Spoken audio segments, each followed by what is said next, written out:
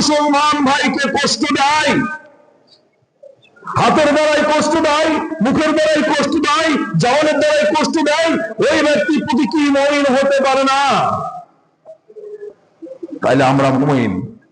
আমার দ্বারাই, আপনার দ্বারাই কষ্ট যদি কেউ পেয়ে থাকে, সালাম কালাম দিয়ে তার কাছে ক্ষমা চেয়ে পৃথিবী থেকে কদিন আমরা বাঁচবো, এমন এমন নেক কাজ করে যাব, পরকাল যেন আমার সবটাই যেন সহজ হয়ে যায়।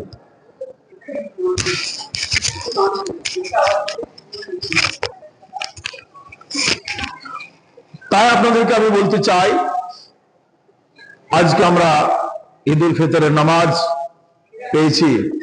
বিশ্ব নবী সাল্লাল্লাহু আলাইহি ওয়াসাল্লাম বলেছেন, আল্লাহ নবী সাল্লাল্লাহু আলাইহি ওয়াসাল্লাম বাড়ি থেকে তিনি আসছেন ঈদের ময়দানে। হাদিসের মধ্যে এসেছে বুখারীতে, আল্লাহ নবী সাল্লাল্লাহু আলাইহি ওয়াসাল্লাম যখন বের আসলেন, একটা কুচ্চি বাচ্চা রাস্তার পাশে দাঁড়িয়ে ডুকরো ডুকরে কান্না করছে। ইনি তো রাহমাতুল লিল আলামিন, শ্রেষ্ঠ নবী আল্লাহ রাসূল সাল্লাল্লাহু আলাইহি ওয়াসাল্লাম, তিনি বলছেন, ওগো বাচ্চা, তুমি কেন কান্না করো? তো উনি বললেন, আমি এই জন্যই কান্না করেছি, আমি ছোট্ট অবস্থা আমাকে রেখে আমার আব্বা দুনিয়া থেকে চলে গেছেন। আমার মা অন্য জায়গায় বিবাহ করেছে, সেখানে যাওয়ার পর আমার মা আমাকে সেরকম ভালোবাসা দিতে পারে না আমার ওই সৎ আব্বার জন্য। তা আমার মা আজকে ঈদের দিন, খুশির দিন, আনন্দের দিন, আমাকে একটাই কথা বলেছে, তুমি ওই রাস্তায় তুমি দাঁড়িয়ে থাকবে, নবী মুহাম্মদ রাসূলুল্লাহ আসবেন, তোমার দুঃখের কথাটা তার কাছেই তুমি তুলে ধরবে। আল্লাহর নবী সাল্লাল্লাহু আলাইহি ওয়াসাল্লামের তিনি আসছেন, ওই বাচ্চাটা যখন ডুকরে কথাটা কেঁদে বলেছেন, বিশ্ব নবীজি সঙ্গে সঙ্গে বাচ্চাটাকে কোলে তুলে নিয়েছেন। আল্লাহ রাসূল সাল্লাল্লাহু আলাইহি ওয়াসাল্লাম গেলেন, আয়েশাকে বলেন, আয়েশা, তোমার জন্য আল্লাহ একটা উপহার পাঠিয়েছে, তোমার জন্য আল্লাহ পাক একটা উপহার পাঠিয়েছে, এই উপহারটা তুমি নাও।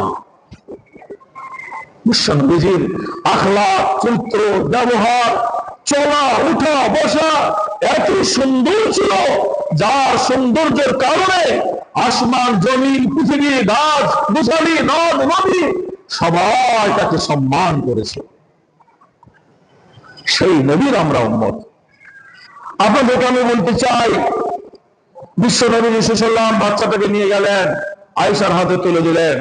আয়েশা বলিলেন, ইয়া রাসূলুল্লাহ, একে আমি সুন্দর করে গোসল করে দিই, সুন্দর একে জামা পরিয়ে দিই, একে আতর সুরমা খুশবু লাগিয়ে দিই, মিষ্টি মুখ করে দিই, বাচ্চাটাকে কোলে করে তুলে নিয়ে আয়েশা তিনি বলিলেন, ও বাচ্চা, তুমি শোনো, পৃথিবীতে তোমার মা যদি না থাকে, তোমার বাবা যদি না থাকে, আজ থেকে আমি তোমার মা হলাম, আজ মুহাম্মদ রাসূলুল্লাহ, আজকে তুমি তোমার বাবা হলো, তোমার দুঃখ আজকে হারিয়ে দাও। বাচ্চার মুখে খুশি যখন আসলো, হাসি যখন আসলো, তখন নবী করিম সাল্লাল্লাহু আলাইহি ওয়াসাল্লাম এই বার্তাটা সারা পৃথিবীর মানব জাতিকে তিনি শিখিয়ে দিয়েছেন, তোমাদের ভিতরে এইরকম থাকা উচিত। আমরা কম বেশি সবাই জানি, আমার প্রতিবেশী, আমার বাড়িতে, আমার পাশে কেউ না কেউ গরিব আছে, কেউ না কেউ অসহায় আছে। যদি থাকে, আপনার সাধ্য অনুযায়ী যতটুকু পারবেন তাকে খুশি করবেন, যতটুকু পারবেন। এই মানবতা নিয়ে যদি আমরা চলতে পারি, তবেই আমরা প্রতীকী মুমিন, মুত্তাকিন, মুসলমান বলে আমরা দাবি করতে পারবো। যা হোক, আমরা আসল জায়গায় ফিরে যাচ্ছিলাম। আল্লাহ রাব্বুল আলামিন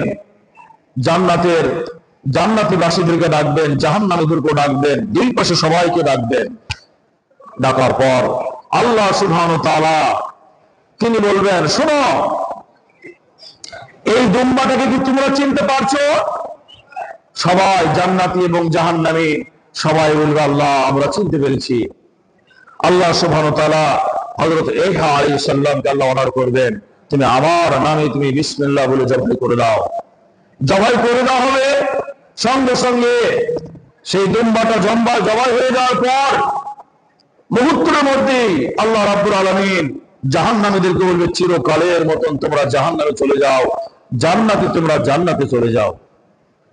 তারা বলবে, আল্লাহ বুঝতে পারলাম না আপনি কি করলেন।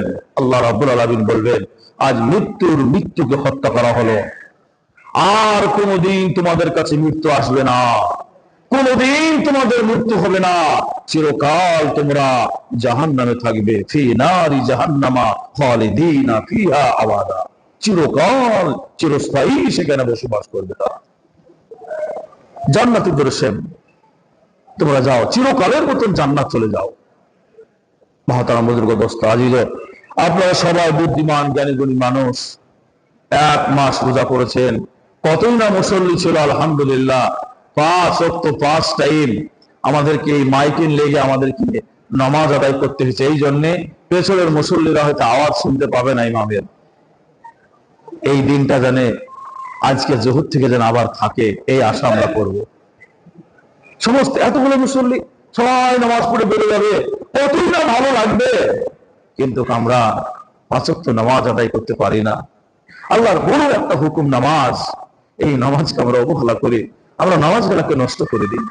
আমার আপনার জীবনে কত নামাজ কাজা আছে, কত নামাজ ছুটে গেছে আপনার আমার জীবন থেকে। একটু চিন্তা করুন তো, যেন আমরা চিন্তা ভাবনা করব, আল্লাহ পাকের প্রতিটি হুকুম আমরা যেন মেনে চলতে পারি। এই মেনে চলার কারণেই আল্লাহ রাব্বুল আলামিন ওয়াদা করেছেন, একটা নাই দুইটা নাই, এই পৃথিবীর সমান 10 গুণ জান্নাত এক একটা মানুষকে আল্লাহ রাব্বুল আলামিন দান করবেন, এক একটা মানুষকে আল্লাহ। তাই আপনারা বুদ্ধিমান মানুষ, আমরা সবাই জানি আজকে ঈদুল ফিতরের নামাজ, আজকে ক্ষমা দিন। আমরা এক অপরকে ক্ষমা করে দেব, এক অপরকে আমরা সালাম করব, আমরা এক অপরের সাথে মহব্বতটা ঠিক রাখবো। শুধু আজকের দিন না, আজ থেকে ওয়াদা করব, আগামী যতদিন বেঁচে থাকবো আমরা ওই হুকুমের প্রতি, আল্লাহর বিধানের প্রতি যেন আমরা দাঁড়িয়ে থাকতে পারি। করবো তো নাকি ইনশাআল্লাহ আমরা সবাই? আল্লাহ আমাদের সকলকে সে কবুল করুক, সকল বলি আল্লাহ আমিন। আমরা আদমের সন্তান, আমাদের হাজার ভুল আছে, হাজার ভুল থাকবে। আপনারা ভেবেছেন হয়তো আমি তো বহু বড় পাপী, আমার তো আর মনে ক্ষমা হবে না, না, এটা ভুল। আল্লাহ বলেছেন, লা তাকনাতু মির রাহমাতিল্লাহ, ইন্নাল্লাহা ইয়াগফিরুয যুনুবা জামিআ, ইন্নাহু হুয়াল গফুরুর রহিম। আমি সে আল্লাহ, আমার আশা থেকে তোমরা নৈরাশ হয়ে যেও না। তোমরা যদি শিরক না করে আসো, যদি শিরক না করে আসো, যদি শিরক না করে আসো, যত বড়ই পাপ হোক না কেন, শহর পরিমাণ যদি পাপ হয়ে যায়, আসমান পরিমাণ যদি পাপ হয়ে যায়, আমি গফুর রহিম তোমার সামনে দাঁড়িয়ে যাবো, হাজার দয়া মায়া নিয়ে সব মাফ করে দেবো তোমাকে। আহা, এটা আল্লাহর ওয়াদা। তাহলে এত ভয় কিসের আপনার? আসেন ফিরে আসি, আমরা তওবা করি আল্লাহর কাছে। আমরা তওবা করে ফিরে আসলে পবিত্র হয়ে যাই। তওবার অর্থ হলো পবিত্র, ফিরে আসা। ফিরে আসার পরে আপনি পবিত্র হয়ে গেলেন। যা হোক, আমরা সকলেই জানি ঈদুল ফিতরের নামাজ 7টা 15 হবে ইনশাআল্লাহ।